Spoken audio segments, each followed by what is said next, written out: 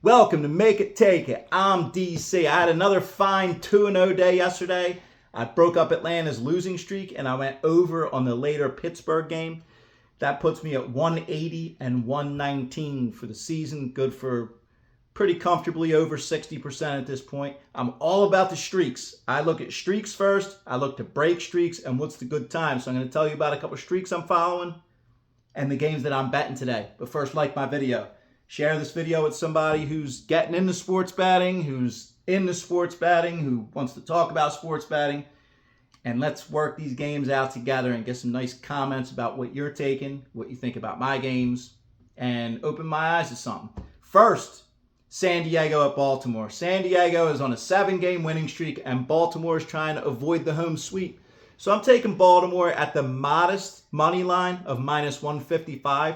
This is about the highest I'll go on a money line before I start splitting it up between run line and money line. But I think it's safe to go Orioles money line today. Then a couple streaks I was looking at. So Miami is on a 6-game over streak, but I don't really like going under in that game. And then a game I looked at heavily was Texas at Toronto. In this series against each other, they've gone 7 straight overs. So this is a game where I would look to go under. And I've talked a lot about Toronto's pitchers lately, Kikuchi and Berrios. I talk about how they're hit or miss pitchers. They can have great games. I expect Berrios to have a good second half, but I don't know if I can risk an under with him because he had 6 walks in the last game, 4 walks the game before that. That's a little too risky for me. I'd like to go under there, but I'm going to hold off on it. What I like better is the last total that I'm going to take, but we're going to hear from Milo to see what that is. Come on, Milo. How was that game last night? Good. You like that? Yeah. 8-0. See, Tyler Phillips did a complete game shutout. Yeah, that was very exciting stuff here around here. That might not have been his first career because I thought when they were in the post game when they were talking to Rob Thompson, he said I haven't seen a lot of him in 2021. I think they were talking about today's pitcher, Allard.